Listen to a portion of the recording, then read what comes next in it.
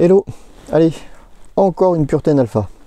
Alors là, ça va être un peu différent de la première que j'ai présentée, voilà, où c'était une réflexion pour quelqu'un. Là, c'est une voiture que j'ai trouvée sur le bon coin. Je vais la refaire, mais elle aura deux fins possibles. Soit je la refais, je la revends, en état de marche, réglée, prête à partir. Soit je la garde et ça me servira de véhicule école pour apprendre en gros les moteurs thermiques, le démontage, le réglage, parce que ça c'est un petit moteur qui est très fiable et facile à régler.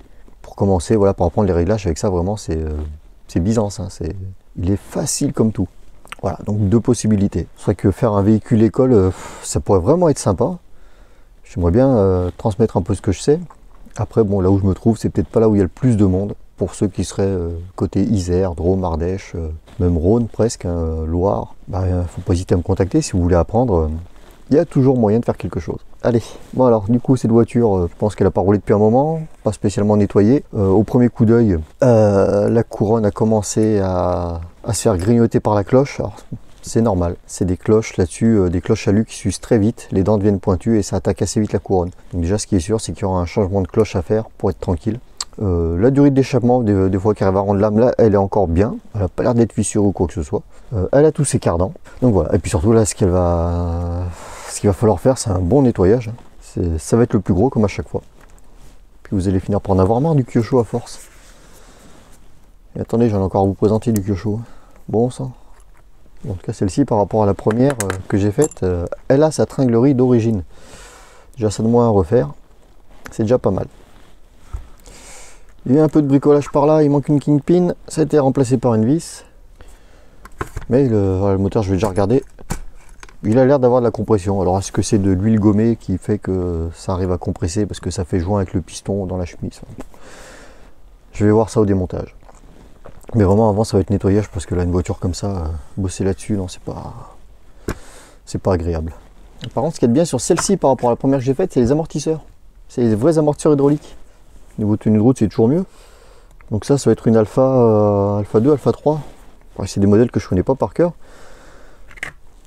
Les Pureten Alpha sont arrivés sur le marché au moment où je regardais plus spécialement les modèles.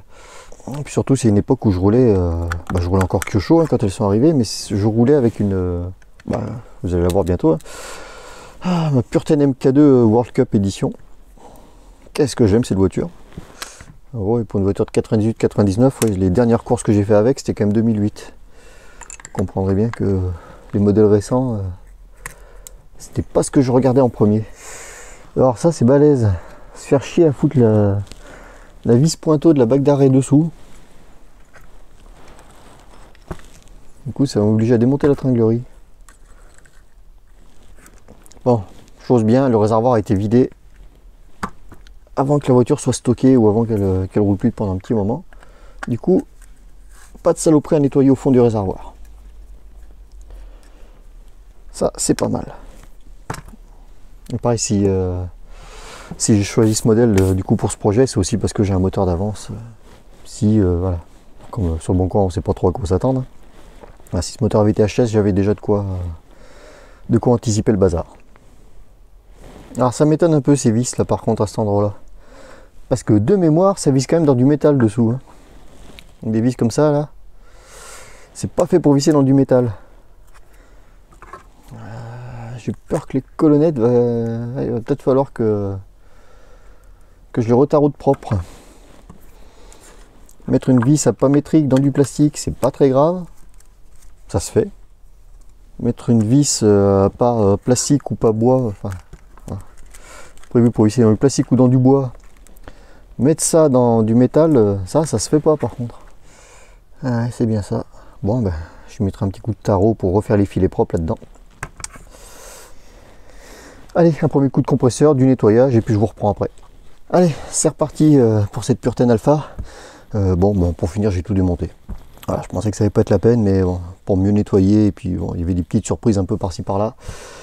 Donc voilà, j'ai préféré tout démonter pour être tranquille. J'ai déjà refait le différentiel avant, avec la graisse 30 000. Il va me rester le différentiel arrière à refaire, les amortisseurs aussi, parce que bon, tant qu'à faire, hein, on va changer l'huile. Et donc oui, il y a eu des petites surprises. Du genre de kick. Donc là, le châssis est un peu plié en 3 ou 4 fois même, parce qu'il y a quelques angles différents. Ce châssis, je ne vais pas m'embêter à le détordre ou quoi que ce soit.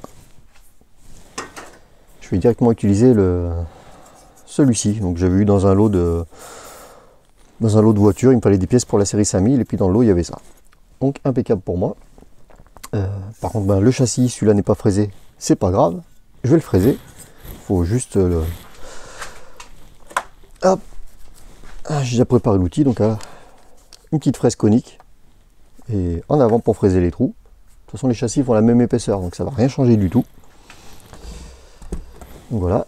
Dans les autres surprises, les colonnettes de direction. Dans du métal, on utilise des vis à pas métriques. Là, en fait, que ce soit dessous ou dessus, c'était des vis à pas, enfin des vis type Parker, donc à pas pour visser dans du bois, dans du plastique. Voilà. C'est une voiture de débutant, c'est pas grave, c'est juste embêtant, mais voilà. Une voiture de débutant, on peut pas reprocher aux débutants de faire des boulettes dans ce genre-là. Alors, dernière surprise que j'ai eue pour l'instant, ça j'avais déjà remarqué un peu au début. Voilà, donc on a des vis chez Kyosho, ils appellent ça des kingpins, dans d'autres marques aussi, au niveau des fusées. Donc c'est des vis avec des épaulements. Je vais en démonter une du coup. Voilà, il y a un épaulement parce qu'il faut pouvoir serrer la vis sans que ça bride du coup l'étrier.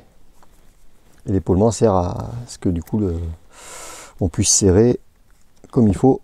Voilà, donc l'épaulement c'est ça. C'est cette petite partie non filetée.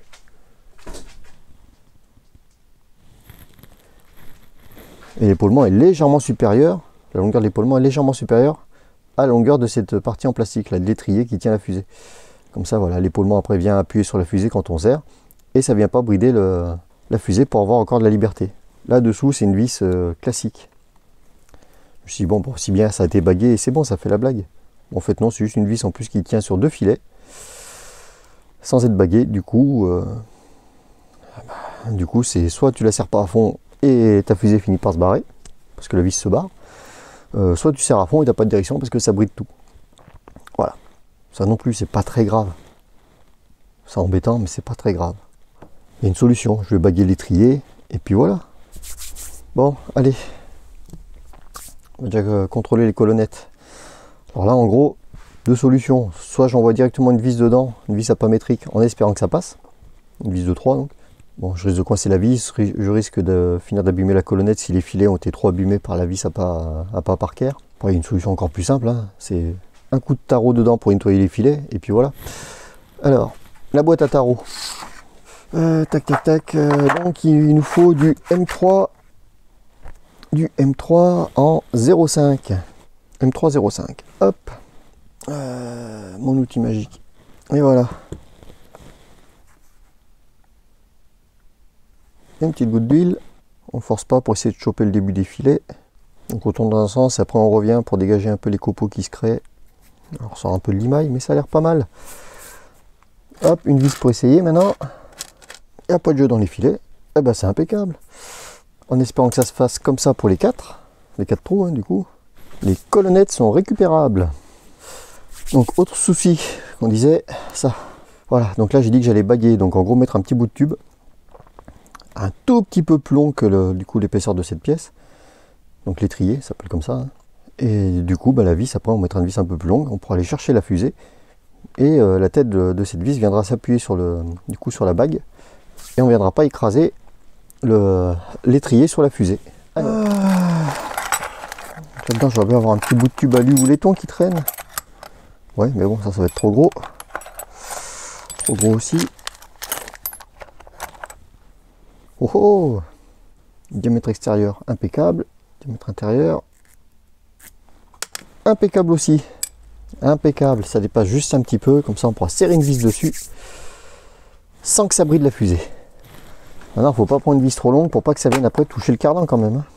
Allez, là une vis qui va bien, en espérant que le filetage de la fusée soit pas foiré, mais ça fait pas l'air. Hop, c'est bon, ça touche pas la noix, ça tourne librement, et la fusée aussi, voilà. Donc du coup les colonnettes c'est réglé, ça c'est réglé, le châssis il y a la solution, et ben voilà, on est tout bon.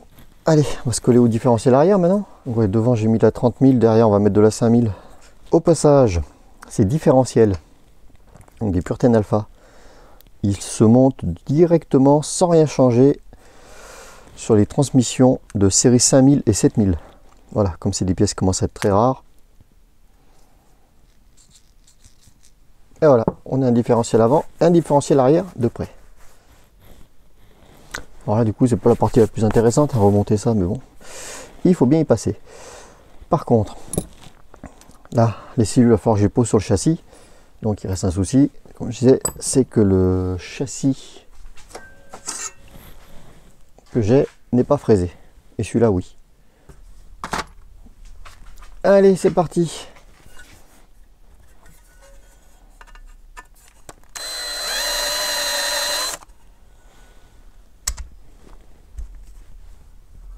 Tac, après pour être tranquille, on prend une vis et puis on regarde. Je peux encore fraiser un petit peu.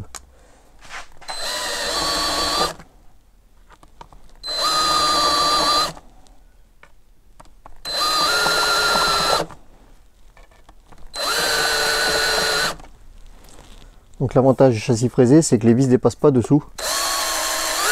La tête ne dépasse pas. On gagne un peu en garde au sol, en piste. Et puis on évite de bouffer les vis trop vite.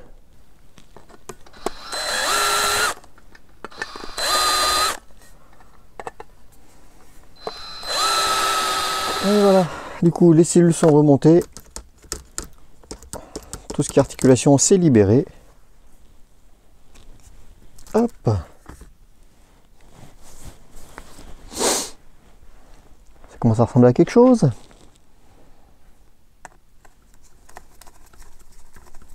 Qu'est-ce que c'est beau!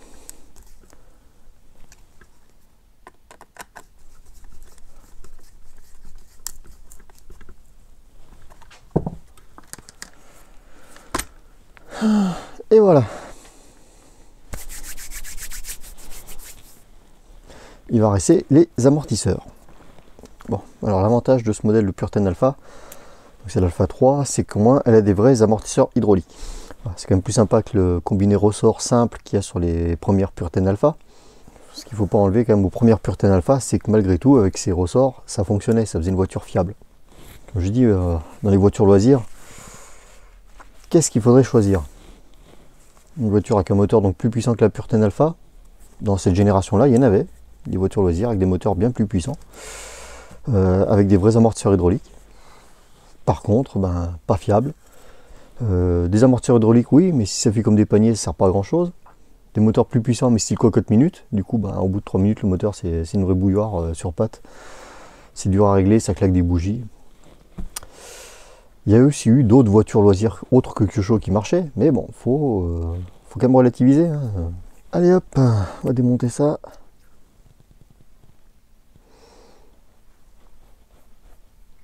Donc là, c'est les pistons avec les encoches.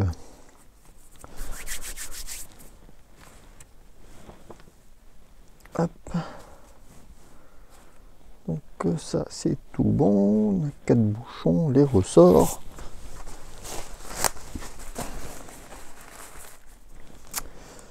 Du coup, qu'est-ce que je vais y mettre là-dedans? On va partir sur la 350. Je vais en faire un déjà au ressenti. On va voir ce que ça donne. Voilà, j'en ai un peu trop mis dès le début. Moi, j'essaie de remplir à peu près à moitié. Après, je monte le piston tout doucement, sans dépasser le bord, sans dépasser le niveau d'huile. Et je tire un coup sec en bas. Et les bulles, du coup, remontent déjà tout de suite.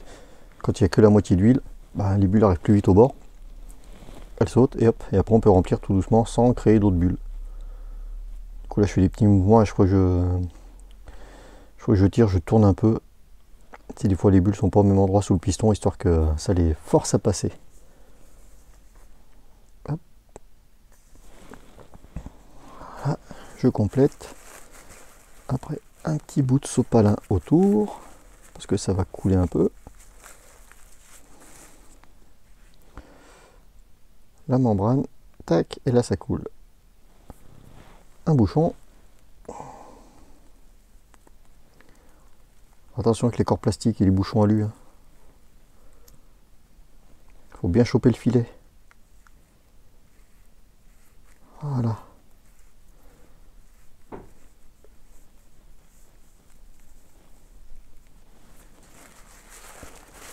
On enlève l'excédent d'huile.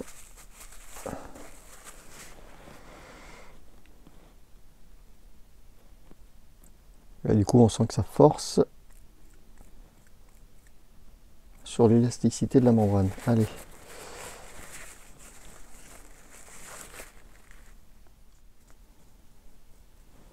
Hop, toujours le petit bout de sopalin autour quand ça coule. On rentre le piston. Voilà.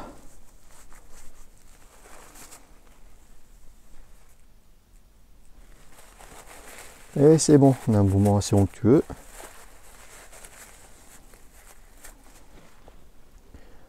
On n'a pas de rebond. Un tout petit peu, mais bon, c'est vraiment léger. Voilà.